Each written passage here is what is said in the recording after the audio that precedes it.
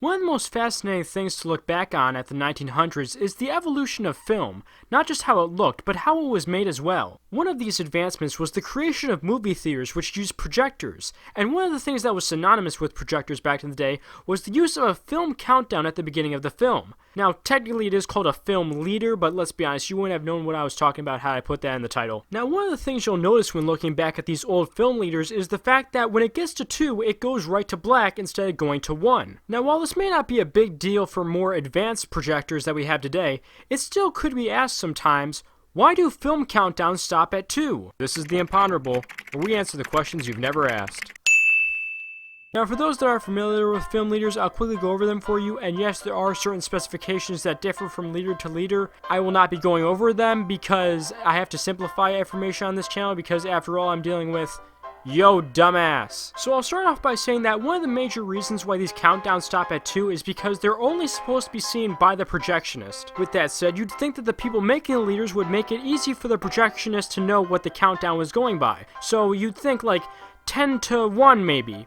Boy, are you wrong. Back in 1930, the Academy of Motion Picture Arts and Sciences created the Academy Leader, which had a countdown of 12 to 3, and Jesus Christ, but in order to make it to where the projectionist didn't get the numbers 6 and 9 confused, they'd have it to where it would spell out the actual word 6 and 9 instead of having the number. So imagine watching a countdown where it would go from numbers to words intermittently in between all of that. Leave it up to the Academy to make things more complicated than it needs to be. The Academy Leader was replaced in the mid-1960s by the more recognizable SMPTE Universal Leader, now known as the Television Leader, and this one used a countdown of 8 to 2, which is definitely a decision. So why is it that both of these countdowns go to black after a certain point, despite the fact that it's only the projectionist that can actually see it?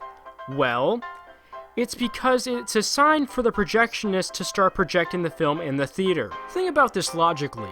If the countdown did actually go all the way down to 1, it would give the projectionist 1 second to change over the film to where it would start projecting in the theater. And given how short of time this would be, it would be likely that a slight part of the film countdown would actually be shown in the theater. And given the fact that it's likely dark in the theater at this point, getting a shot of retina burning white into your eyeballs wouldn't really be the most satisfying feeling in the world, now would it? By having it go black at the end of the countdown, it will allow for the transition to the movie to be much more satisfying to the eyes, since movies usually fade in so your eyes adjust to it. You also have to consider this from a professional standpoint as well. Famous stagehands such as Frederick Benson usually cut off their own counts at 2 because they don't want their count to be caught up in the final product at the beginning. In 5, 4, 3, 2.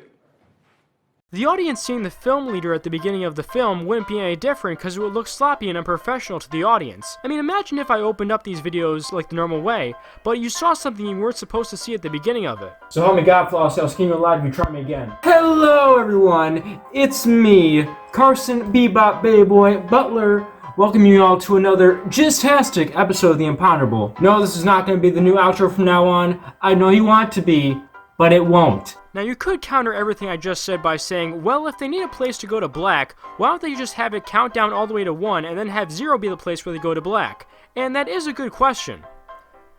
I don't have an answer to it, I was just pointing out how that's a good question. So with all that being said, why do film countdowns stop at 2?